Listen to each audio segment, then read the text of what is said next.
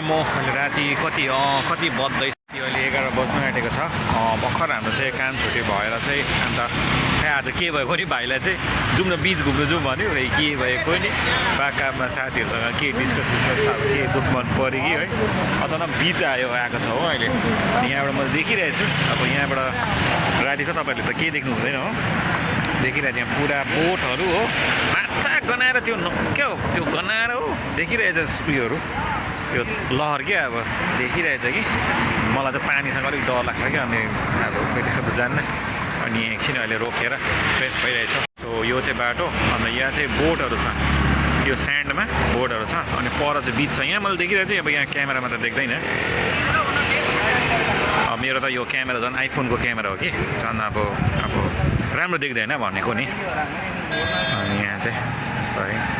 यो चाहिँ बाटो हो र यहाँ चाहिँ बिच छ, ऊ खोला त्यहीँ छ, देखेको छ कि छैन हो। यहाँ चाहिँ रातिको नजारा हेर्नु। बिल्डिङ यो कति तला होला अब यो बिल्डिङहरू कति तला हो, सब अपार्टमेन्ट्स बिचको साइडमा एकदम अपार्टमेन्ट्सहरू। यी देख्नु हुँदैछ होला बिच, अलिअलि त देख्दैछ होला हो। यो बिच हो।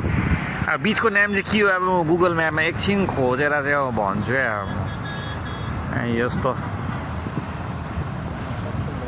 अब यहाँ यहाँ बत्ती बलेकोहरू देख्दैछ कि यहाँ एक दुईवटा यो बत्ती बलेकोहरू चाहिँ जहाज हो। फेरि यहाँ यस्तो बेलुकाको नजारा छ हो।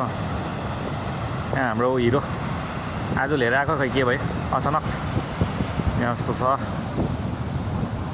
यो बिचको नाम चाहिँ पत्तीनक्कम बिच अरे। अब अहिले चाहिँ अब यहाँ छौँ, यहाँ हो रोहित एकदम रिल्याक्स गर्दैछ हो। बिचरा उसको अब प्रेमिकाको यादमा होला ऊ एकदम डुबिरहेछ।